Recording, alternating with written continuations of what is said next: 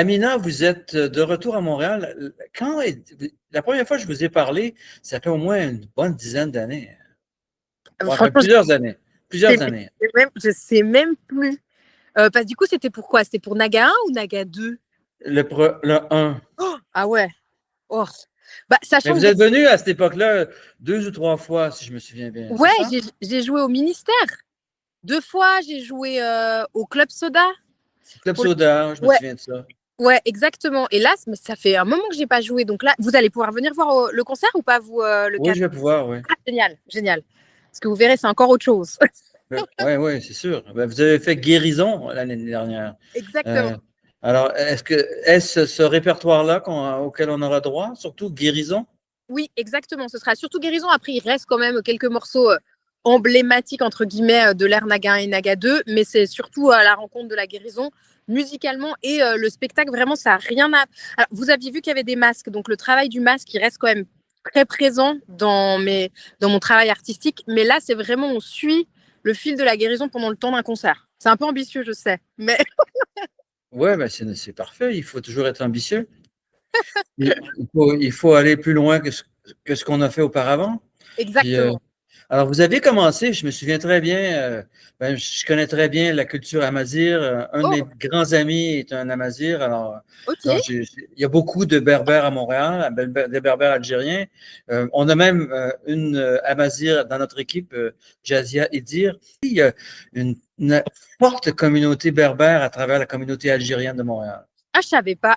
Bah, je savais pas, à mon avis, beaucoup plus. En tout cas, vous avez l'air d'en connaître beaucoup plus qu'en Suisse ou en France où les gens connaissent pas tellement la culture amazigh, quoi. Ils connaissent Ben, l'Algérie. je ne suis pas représentatif nécessairement des Québécois, là. Ok. C'est parce que c'est ma trajectoire personnelle. Puis, alors donc, revenons à votre guérison. Alors, l'album Guérison, vous ne l'avez jamais défendu ici en Amérique, enfin au Québec. Puis, il faut revenir sur ce projet-là puisque c'est la matière principale de votre concert. J'imagine que vous êtes en fin de tournée Oui, de cet album-là. exactement. Décembre, bah, en fait, Montréal, c'est mes dernières dates. Pour le coup, sur ce projet, parce que à côté, je joue un spectacle en acoustique et ma dernière date, c'est le 6 décembre. Mais là, après, je suis à la fin en termes musicaux. Mais par contre, pour le début de l'année, je sors un livre qui s'appelle Guérison. Donc, d'une certaine façon, la trame continue à se déployer. Alors, parlez-moi de ce projet-là. Évidemment, c'est drôle de vous demander, de vous poser des questions à ce sujet alors qu'on est à la fin du projet, mais pour nous, c'est le début. Bah oui, c'est sûr. Oui, oui, puis de toute façon, guérison en soi, euh, cette, cette, euh, cette démarche que j'ai entreprise personnellement et qui du coup a fini par créer, disons, découler sur la musique, je suis encore dedans en fait. Je pense que c'est le projet d'une vie. Donc finalement, ça me paraît pas si étrange de continuer à en parler. Allez-y. Alors du Alors, coup, vous êtes plus sur l'album du coup. Qu'est-ce que je peux vous dire? l'album et le livre, j'imagine que tout Ouais. ça est interrelié. Oui, en fait, je les ai fait en même temps. Je les ai travaillés conjointement. Alors, le livre, c'est un travail de recherche, c'est un essai sur est-ce qu'on peut changer la neuroplasticité de son cerveau. Moi, ce que j'explique et qu'on peut percevoir en filigrane dans l'album, et notamment avec le morceau Hayati, c'est que je fais partie de nombreux enfants qui ont malheureusement grandi dans des familles maltraitantes. Et donc, ça a un impact sur le cerveau Oui, euh, absolument. et ça a un impact sur le système nerveux surtout. Et donc, moi, dans le livre, je me pose vraiment des questions sur comment on peut changer cette dynamique-là et est-ce qu'on peut changer réellement. Donc, c'est le travail-là. Et dans l'album, il y a une recherche aussi de connexion avec l'Algérie, parce que je pense que la guérison, elle passe aussi par la reconnexion avec ses racines. Donc, de ma mère, donc Amazigh, de l'Est algérien, Chaouia, Batna, les Aurès, tout ça, les montagnes. Et donc, il y a tout ce travail-là de reconnexion aussi avec la langue. Déjà, la première fois que je chante en français, je chante en dérija. Pendant le concert, je chante en tamazigh. Ça aussi, c'était un sacré travail.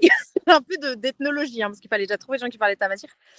Et donc, du coup, c'est un album à la fois très personnel, mais très universel, parce qu'il vient toucher cette dynamique-là de l'enfant intérieur, de la maltraitance, de la reconnaissance, du lien à la patrie, de tout l'héritage matriarcal.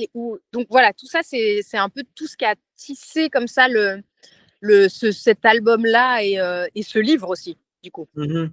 OK. Et là, à travers ces chansons, vous parlez de votre expérience personnelle ou de votre réflexion sur la maltraitance et sur la neuroplasticité du cerveau? Bah, les deux, dans mon livre, il y a un peu de mon expérience, mais il y a quand même l'idée de dézoomer et je m'intéresse au biomimétisme, comment les animaux font pour mettre en place des dynamiques de guérison sans partir dans une anthropomorphisation des animaux. Mais il y a quand même dans la philosophie, dans qu'est-ce que les neuropsychiatres ont découvert, donc ça s'en mêle. Et dans mon livre, ça s'en mêle aussi parce que dans la chanson Hayati, je me demande même si, par exemple, quand il y a des catastrophes naturelles, si c'est pas la somme de toutes les violences qui tout d'un coup se cristallisent et ça crée. Il y a une forme poétique bien sûr, mais il y a aussi une question de est-ce qu'il n'y a pas un lien entre la nature, la terre-mère et nous? Est-ce qu'il y a quand même quelque chose de très spirituel et aussi très animiste aussi un peu? Il y a un syncrétisme en fait aussi. Et donc à la fois ça parle de moi, mais c'est quand même assez général. En tout cas, je donne pas de prénom. C'est pas que mon histoire. Je trouverais ça moins intéressant personnellement, même s'il y en a qui le font très bien. C'est pas obligé, mais sauf que c'est sûr qu'il y a une diffraction de votre propre histoire, d'une certaine façon. Toujours, parce que ça passe à travers moi, de toute façon. Mais il y a toujours l'idée de sortir de la focale de mon moi, mais de se dire, OK, quand je m'inscris dans une genre écologie vraiment et que je fais partie de toute l'humanité, qu'est-ce qui se passe, quoi? Et donc, c'est pour ça que je me posais cette question de tout d'un coup des tsunamis.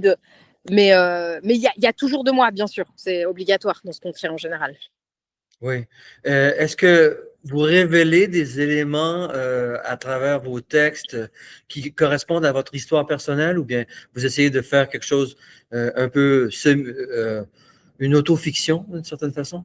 Bah, je pense qu'il y a un mélange. Hayati, je pense que c'est la chanson où je révèle le plus de choses parce que je commence par Père, ne me reconnais-tu pas? Donc oui, je reconnais. Il y a de moi, mais j'essaie quand même toujours de me placer d'un point de vue un peu extérieur, auto-fictionnel. Voilà. La maltraitance venait davantage du père, si je comprends bien. Exactement. Après, les dynamiques sont complexes. Le triangle de Cartman, bourreau, sauveur avec la mère, c'est toujours très compliqué. Oui, la mère a toujours un rôle à la fois protecteur et responsable. C'est ça, tout le C'est-à-dire monde. qu'elle cautionne le père aussi. Exactement. Tous les adultes sont ensemble. Après, c'est des choses que je développe plus dans le livre. C'est plus compliqué de le développer dans une chanson et ça la rendrait beaucoup plus indigeste. Êtes-vous plusieurs enfants dans votre famille? On était 3 sœurs. On est 3 sœurs parce qu'on est toujours là. On est 3 sœurs. Toujours là. Vos parents sont-ils vivants? Mon père est décédé, mon père est décédé après l'album. Et ma mère est toujours là. Est-ce qu'il a réagi? Il n'a pas réagi. Non, non. C'est parfois dur de se voir comme on a été. Et c'est pour ça que je parle beaucoup. Moi, il y a une notion qui m'intéresse beaucoup, que je développe beaucoup dans le livre. Et dans Hayati, j'en parle. C'est la notion que Lacan a du miroir. C'est qu'on ne parle pas à soi-même. C'est qu'on se parle à soi-même, on ne parle pas aux autres. Et je me suis intéressée à cette question-là. C'est-à-dire que le parent qui s'en prend à l'enfant, finalement, s'en prend à lui-même. Et ce qui lui est insupportable de voir de lui à travers l'enfant. Et je trouvais ça très intéressant. Et c'est quelque chose que je développe dans Hayati, mais encore plus dans le livre parce que j'ai un chapitre pour en parler. Et je trouve ça déculpabilisant comme discours et intéressant aussi comme perspective. Moi, je comprends. Ouais, de toute façon, on ne vous en demandera pas plus parce que ça ne nous regarde pas, en fait. Mais dans le livre, en tout cas, il y a plein de pistes. Il y a les Oui, le livre, qu'est-ce qu'il explore par rapport aux chansons? Plein de choses, notamment, il s'intéresse à la question des sagesses qu'on appelle interdites. Dans un de mes morceaux qui s'appelle Amour quantique, je parle de ça, c'est-à-dire tout ce qui est psilocybine pour changer la neuroplasticité de son cerveau, l'hypnose. Je m'intéresse à plein de choses, je parle avec des gens, j'ai lu plein de livres. C'est quand même un livre d'espoir et de se dire il y a une résilience qui est possible en fait. On n'est pas enfermé dans un état d'enfant terrorisé. Et moi, on peut en revenir en fait. Exactement. Et moi, c'est ça que j'ai envie de partager comme message et c'est pour ça que je suis vulnérable dans ce que je partage parce que pour dire regardez, moi aussi j'ai vécu ça. C'est un long chemin, mais c'est possible. C'est ça qui m'intéresse en fait dans ce que je fais pour de vrai. C'est de donner de l'espoir, parce que sinon c'est dur. Vous avez une posture intellectuelle. Qu'est-ce que vous avez étudié? Moi, j'ai étudié. Alors malheureusement, j'ai pas fini parce que ma tournée, la musique a pris une autre place dans ma vie, mais j'ai étudié sciences et histoire des religions et ethnologie à l'université. OK. À Genève? À Neuchâtel. Parce que Neuchâtel, c'est vraiment la chaire d'ethnologie. Et puis à Lausanne. Et après, j'ai fait des cours d'études genre. Mais je continue tout le temps à lire parce que je trouve ça passionnant. Ouais, c'est d'apprendre. Mais c'est un carburant aussi, c'est une matière pour votre création aussi. Complètement, complètement. Mais d'ailleurs, notamment dans Naga Naga 2, j'ai des références à la NASA, je parle d'Enceladus, je parle de microbes. Genre, en fait, ça finit toujours par, par s'insérer comme ça dans les interstices de mes chansons et je trouve ça chouette, je trouve ça rigolo, ça change un peu. Ah oui, c'est super. Maintenant, dans l'habillage des chansons, la façon dont vous avez user des référents. J'ai écouté Guérison et on voit que, bon, premièrement, il y a pas, ce sont des textes en français ou en anglais de manière générale. Puis aussi, dans la façon d'arranger et d'user des références stylistiques, il y a comme, on dirait qu'il y a un équilibre entre votre vécu occidental et la façon dont vous arrangez, vous produisez et vos racines algériennes amazières. Ah bah, c'est difficile de se rendre compte de ça, mais en tout cas, je trouve ça intéressant et je suis contente que ça transparaisse. Après, là, je travaille sur un nouvel album où le côté amazigh et d'Afrique du Nord est encore plus présent. Parce que je fais vraiment un travail de recherche presque un peu ethnomusicologique. Et en même temps, je viens aussi de Suisse. Donc, c'est ça qui est intéressant, c'est que je ne suis pas née en Algérie, je ne vis pas en Algérie. Quand je vais en Algérie, on me prend pour une étrangère. Quand je suis en Suisse, je suis une étrangère. Je suis un peu dans un hyperspace comme ça. Oui, ça arrive souvent pour les gens qui, ben, je Sont sais pas, métis. moi, ma fille, elle a une mère française, elle passe pour une Québécoise en France et une Française au Québec. Alors, ça Voilà, marche. c'est ça. On est des enfants du milieu, quoi, de l'empire du milieu. On est vraiment un peu. Et c'est Ben, ça qui. c'est de plus en plus comme ça, la vie humaine.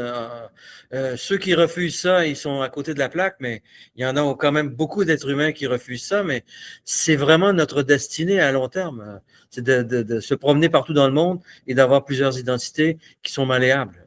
Complètement. Et en fait, ça va dans le sens aussi de la dimension de la guérison. La guérison, c'est une identité qui est malléable et qu'on peut changer. Et cette dimension de la résilience, pour moi, c'est ce que je dis dans mon spectacle acoustique. Je trouve très dangereux les gens qui disent je suis né comme ça, je mourrai comme ça, je ne changerai jamais.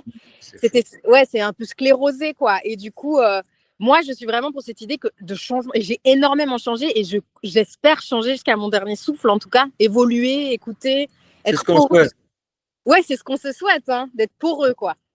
Exactement, d'être capable de changer, de rester curieux, même très vieux. Oui, oui, c'est vrai. Après, ça aide, j'imagine, avec des enfants. C'est plus facile aussi parce qu'ils vous remettent. Alors donc, maintenant, parlez-nous de la façon dont vous présentez, vous traduisez votre album récent sur scène et quel est votre gear, de quelle manière vous vous présentez. Bah, souvent, quand je compose en même temps, je réfléchis déjà à l'aspect scénique parce que pour moi, c'est un aspect qui est très important et qui est complexe parce que l'expérience en studio, c'est une chose et l'expérience sur scène. Et moi, j'ai toujours été vraiment intéressée par la transversalité. Donc, autant que ce soit le théâtre, le travail du masque, j'avais pas envie que ce soit juste un concert où les gens sont assis et puis je fais un morceau puis l'autre. Donc, je me suis intéressée à la fameuse quête du héros en 12 étapes qu'on retrouve dans les films, notamment de science-fiction. Le héros qui tout d'un coup rencontre quelqu'un, qui lui montre un chemin, qui s'écroule, voilà, de suivre cette Qui narration. rencontre un stage, un Yoda à un moment donné, C'est puis ça, c'est ça. finit par triompher de l'adversité. Oui, c'est ça. C'est ça. Et je me suis dit, en 1 heure, comment je fais pour retranscrire cette idée-là? Donc, c'est un travail, mais je trouve ça passionnant. Et après, heureusement, je ne suis pas toute seule à faire ce travail-là. Et du coup, pour moi, ce qui est très important quand les gens sortent de ce concert, c'est que ce ne soit pas une sensation de juste un concert. Il y a vraiment une vraie narration. Il y a vraiment une idée d'avoir un spectacle le plus complet possible. Bah, vous me direz quand vous l'aurez vu. Okay. Il y a des danseuses, il y a des décors, il y a des moments où je parle. Voilà, Vous avez des musiciens ou bien c'est une trame? Non, celui-là, non, parce que justement, j'avais envie d'explorer autre chose. Sur mon autre spectacle, il y avait des musiciens musiciennes, et là, je me suis dit, j'ai envie de mettre la danse au centre et toute la narration. Et pour les prochains spectacles, il y aura encore autre chose. Je voulais Donc, c'est une musique backup que vous déclenchez. Est-ce que vous jouez exactement. avec ou bien... Pas tant, parce que vraiment, il y a toute la dimension de la danse qui est très Ah importante. ouais, on ne peut pas, effectivement, Non, il faut avoir un click track pour que ça fonctionne bien, mais même là, quelqu'un qui gère, quoi. Donc, ça fait beaucoup c'est de travail. complexe. Ça prend beaucoup de moyens pour y arriver. C'est ça. Peut-être un jour, on sera à 25 sur scène, je nous le souhaite, j'adorerais. Mais là, en l'état, c'était pas possible. Combien de danseurs, danseuses? Du coup, il y a deux danseuses. OK, 2 danseuses avec vous. Exactement. Et Des l'idée, c'est danseuses suisses? non, elles sont basées en France et elles ont vraiment, ce qui est intéressant, c'est qu'elles ont toutes les deux, il y en a 4 de danseuses différentes d'habitude, elles tournent, mais elles ont des backgrounds qui sont très différents. Il y en a qui font de la danse contemporaine, il y en a qui font plus de la danse électronique. Donc, c'est assez intéressant parce que là, on les fait sortir un peu de ce qu'elles ont l'habitude de faire, mais bon, en fait, elles sont tellement versatiles qu'elles savent tout faire. Elles sont talentueuses, quoi. Donc, il n'y a pas de problème avec ça.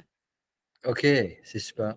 Alors, on a hâte de voir ça. Puis, euh, bon, vous jouez quelques, entre guillemets, classiques de vos 2 albums précédents et celui-ci en intégralité, si je comprends bien?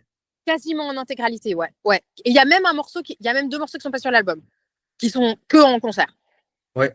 Il y a des choses qui s'en viennent que vous allez jouer aussi Non, pas ou encore, non? non. Non, Non? parce que là, Vous allez vraiment, sortir ça quand le prochain? j'ai pas. Bah, je pense que le premier morceau, je le sortirai à l'automne 2026 et je pense courant 2027. Je l'ai pas fini, je suis vraiment en pleine création. Puis vous avez toujours décidé de vivre à Genève, vous êtes toujours basé là-bas. Non, avant, j'étais basée à Paris, je viens de Ah, rentrer à OK, Genève. Ouais, vous êtes rentré chez vous. ouais, c'est ça, exactement. Pourquoi Ouais, ouais. donc? Bah, je pense pour revenir, il y a un réancrage qui se crée et j'avais besoin de revenir plus proche de la nature aussi. Paris, c'est une Oui, ville. c'est bien. À Genève, 1 heure, tu es dans la nature des Alpes, c'est magnifique. Et puis Tu as même, 1 heure de Chamonix à peu près? oui, c'est ça. Et mais même à 5 minutes à pied de chez moi, il y a le Rhône et on peut se baigner. Et puis il y a le lac. Et puis c'est Ah, une le autre. lac, c'est beau, puis le Rhône, puis vous avez, enfin, les eaux claires, c'est magnifique. C'est un Bah très beau ouais. pays. C'est C'est un pays un peu ennuyeux, la Suisse, mais c'est très beau. ennuyeux. C'est vrai que si on compare à Paris, mais pour vrai, créativement, il se passe énormément de choses. Et étonnamment, les gens sont assez ouverts. Il y a quand même. Ah oui? Ouais, À ouais. Genève? Parce que moi, j'entends parler beaucoup de Zurich, où il y a beaucoup de culture, mais Lausanne et Genève, c'est un peu plus faible historiquement, non? Et pourtant, il y a quand même une scène. Bah alors, d'ailleurs, au coup de cœur francophone où je joue, il y a 3 groupes suisses qui ont été choisis, qui sont de Genève. Oui, mais ça, il y a toujours de la Suisse C'est ça. francophone qui vient au coup de cœur francophone. Mais le coup de cœur francophone n'est pas nécessairement dans le cutting edge de la nouvelle musique non plus, en Ok. général. Bah là, en tout cas, ce qu'ils ont booké de la Suisse, bah il y a un autre groupe, c'est celui de ma petite sœur. C'est la première fois que je. OK. Ouais, Bandit Voyage. Qui? Ça Ah, s'appelle. c'est vous, Bon Voyage, c'est votre petite sœur. Ouais, c'est ma OK, petite sœur. OK, c'est bon, ça. C'est un Ouais, duo, hein. ouais, c'est C'est génial. cool, ça. J'ai écouté quelques extraits, ça va l'air bien. C'est hyper bien. Et il y a Mila Pluton aussi, qu'on connaît, c'est génial. Et donc, c'est quand même des groupes qui sont un peu barrés, quoi, par rapport à ce qu'on peut imaginer de ce qui se fait en Suisse, en tout cas. OK, je vois. Super. Donc, toute la famille est là. Enfin, Quasi, deux tiers de la famille. quasi. On Ah, ouais, représente. c'est super. Puis votre autre sœur est-elle artiste aussi? Elle est plutôt scientifique. Justement, elle s'intéresse énormément aux champignons. Donc, son envie, elle est à l'université, là, c'est se spécialiser en mycologie pour pouvoir aider les gens, justement, à changer leur neuroplasticité grâce notamment à la psilocybine et pas que, mais c'est passionnant, quoi. Excellent. En tout cas, bienvenue de nouveau à Montréal. Merci, merci.